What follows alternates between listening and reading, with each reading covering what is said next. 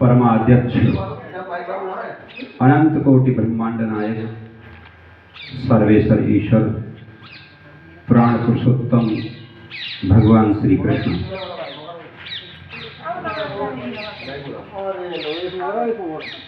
भगवान श्री कृष्ण की आराध्य शक्ति श्री राधा रानी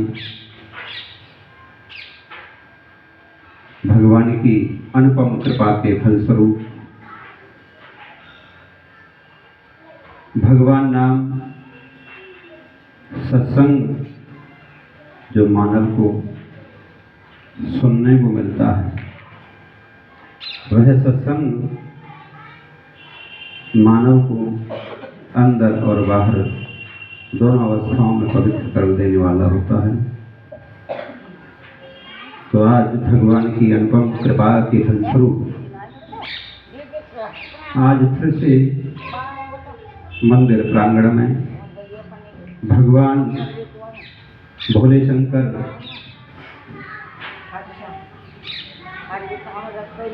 और भगवान गोविंद के सानिध्य में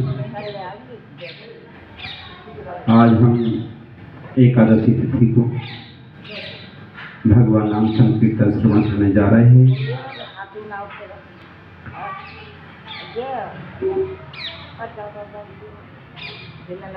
तो सत्संग के बारे में आपको मैं अगर बताऊं, एक व्यक्ति था और वो व्यक्ति अपने परिवार में अपने माता पिता से अक्सर कहा करता था, जब उसकी माँ कहती कि बेटा कीर्तन हो रहा है, सत्संग हो रहा है मंदिर में, जाओ सुन करके आओ, तो बच्चा अपनी माँ से कहा करता था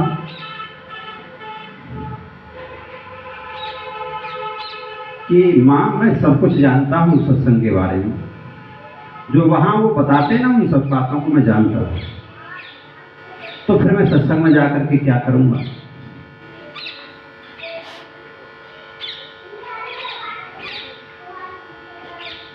तो माँ कहती कि बेटा हमारे गांव के दूसरी साइड में एक महात्मा जी रहते हैं, उन महात्मा जी के पास जा और उनसे इस बात को कहना, तो वो तुझको इसका उत्तर दे पाएंगे। वह गांव से बाहर जो आश्रम था महात्मा जी का, उस आश्रम पर गया। तो आश्रम पर जब गया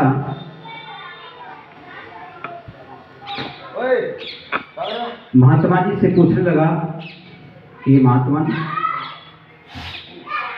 एक बात बताओ, अक्सर हमारे घर वाले कहते हैं कि बेटा सत्संग में जाया कर, कीर्तन में जाया कर।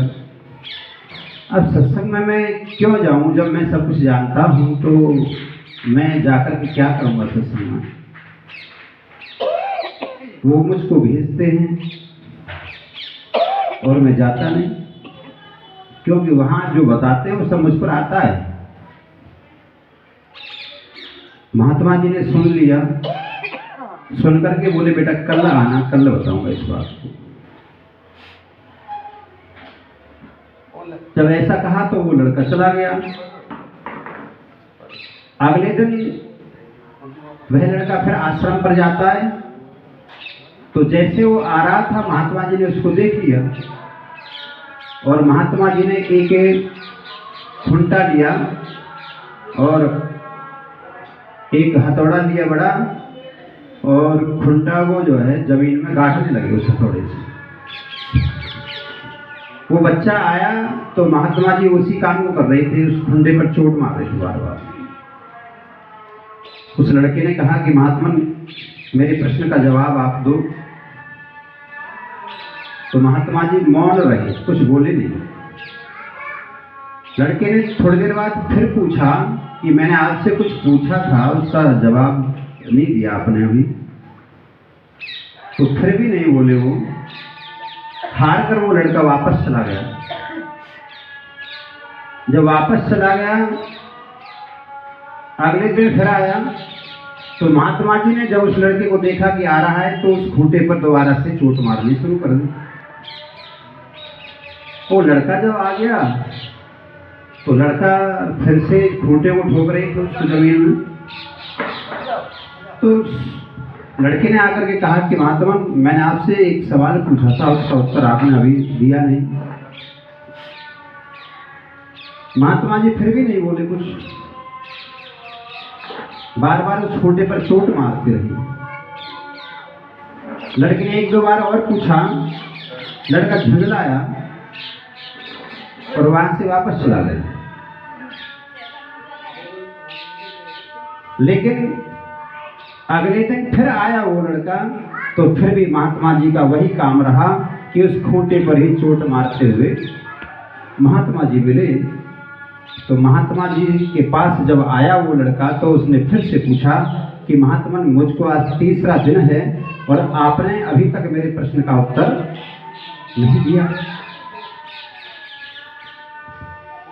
तो महात्मा जी को अब बोलना पड़ा। महात्मा जी कहने लगे कि बेटा, तेरे प्रश्न का उत्तर मैं 3 दिन से लगातार दे रहा हूं। तेरे प्रश्न का उत्तर ही तो दे रहा हूं 3 दिन से, लेकिन तू समझ नहीं पा रहा उसको। बोले, मैं अभी भी नहीं समझा। समझाओ तो सही, क्या उत्तर है? बोले, जब तू आता है तो मैं तुझको खूंटे को ठोकता हुआ मिलता हूं जमीन में। इसका मतलब नहीं समझा भाई। इसका मतलब ये है कि जो कुछ तू जानता है सो तो ठीक है। मैंने खूंटे को जमीन में एक बार गाड़ दिया, लेकिन फिर दोबारा से इस पर चोट क्यों मार रहा हूं, तो ये नहीं समझा भाई। इसलिए दोबारा से चोट मार रहा हूं ताकि इसकी पकड़ जमीन में और मजबूत हो जाए, और मजबूत हो जाए। क्योंकि एक बार हम गाड़ के और उस खूंटे को निफराम हो गए, तो शायद उससे जो बंधा हुआ पशु है उसको हिला हिला के कमजोर कर देगा। ऐसे ही मानव जानता है ये तो सही है, लेकिन जब संसार में घूमता है, भ्रमण करता है, तो उसको एक ही प्रकार के लोग नहीं मिलते, अनेकों प्रकार की बुद्धि वाले लोग मिलते हैं। ऐसे ऐसे संसारी लोग मिलते हैं कि जिनसे मिलकर उसकी भावनाएं कमजोर पड़ जाती हैं। इसलिए सत्संग में बार बार जाना जरूरी होता है, जिससे हमारा जो संकल्प है वो कहीं कमजोर ना पड़ जाए। काश कहीं संसारी लोगों के सानिध्य में आ गए और हमारा संकल्प कमजोर पड़ गया, तो हमारा रास्ता छूट जाएगा, भटक जाएगा। इसलिए सत्संग को एक बार नहीं, बार बार सुनना चाहिए, जिससे हमारा संकल्प भगवान के प्रति मजबूत हो जाए, और जो कुछ हमने सुना वो हमको हमेशा याद रहे। कई संसार के कामों में ऐसे लिप्त हो गए कि हमने जो सुना उसको भूल गए। तो कम से कम सत्संग में बार बार जाने से, बार बार हम जब सुनते हैं तो हम उसको फिर भूलते नहीं। इसलिए सत्संग बार बार सुनना जरूरी होता है। और ये भी सत्य है, एक व्यक्ति किसी महात्मा के पास गया और महात्मा के पास जाकर के कहने लगा कि महात्मा, आपका सत्संग मैं प्रतिदिन सुनता हूँ, रोज सुनता हूँ, लेकिन फिर भी मुझको शांति नहीं मिलती, अशांत रहता हूँ। आपका सत्संग सुनता हूँ, अच्छा लगता है, समझ में आता है, लेकिन प्रभु जो कुछ आप बताते हो ना कि इन दुर्गुणों का त्याग करना चाहिए, ये काम नहीं करना चाहिए, तो मैं उनको छोड़ भी नहीं पा रहा हूं और मुझको शांति भी नहीं मिल पा रही है। महात्मा जी ने उससे बहुत सुंदर प्रश्न किया, बेटा तुम्हारा गांव कौन सा है? बोले, मेरा गांव यहाँ से कुछ ही दूरी पर है, श्रावस्ती गांव है। बोले तो उसका रास्ता तो तुमको मालूम होगा? बोले हाँ पक्का मालूम है। कितनी दूर होगा? बोले 2-4 किलोमीटर दूर है। बोले रास्ता पता है आपको? बोले हाँ बिल्कुल, इसमें तो कोई शंका वाली बात है ही नहीं, रास्ता तो मुझको पक्का पता है। तो अगर तुमको रास्ता पता है ये तो सही है, लेकिन जब तुमको रास्ता पता है अगर उस रास्ते पर आप नहीं जाओगे तो क्या अपने गांव पहुंच जाओगे? उस लड़के ने कहा ऐसा कैसे हो सकता है, अपने गांव के रास्ते पर तो चलना पड़ेगा तभी तो गांव पहुंचूंगा। ऐसा तो नहीं हो सकता कि मेरा गांव का रास्ता ये और किसी दूसरे रास्ते पे मैं चल रहा हूं तो अपने गांव कैसे पहुंच जाऊंगा? फिर तो दूसरे ही गांव पहुंचूंगा। तो प्रभु अपने गांव का रास्ता मुझे मालूम है और अपने गांव के रास्ते पर जब मैं चलूंगा तब अपने गांव पहुंचूंगा, ये भी पक्का है। तो महात्मा ने उत्तर दिया कि बेटा यही तो समझना है कि हम जो बता रहे हैं, शास्त्र जो कह रहे हैं, जब तक उस पर नहीं चला जाएगा तब तक मन को शांति नहीं मिलेगी। मन को शांति तो तभी मिलेगी जब उस रास्ते पर चला जाएगा। अब किसी अशांति के रास्ते पर चल रहे हो तो भैया वहां शांति का काम क्या? तो वहां तो अशांति ही मिलेगी। इसलिए जो रास्ता बताया है हमारे विद्वानों ने, हमारे ऋषि मुनियों ने, हमारे शास्त्रों ने, उस रास्ते पर चलकर ही शांति मिल पाएगी। इसलिए उस ही मार्ग पर चलो जिस पर श्रेष्ठ महापुरुष चलते आ रहे हैं, तभी मन को कहीं शांति मिलती है।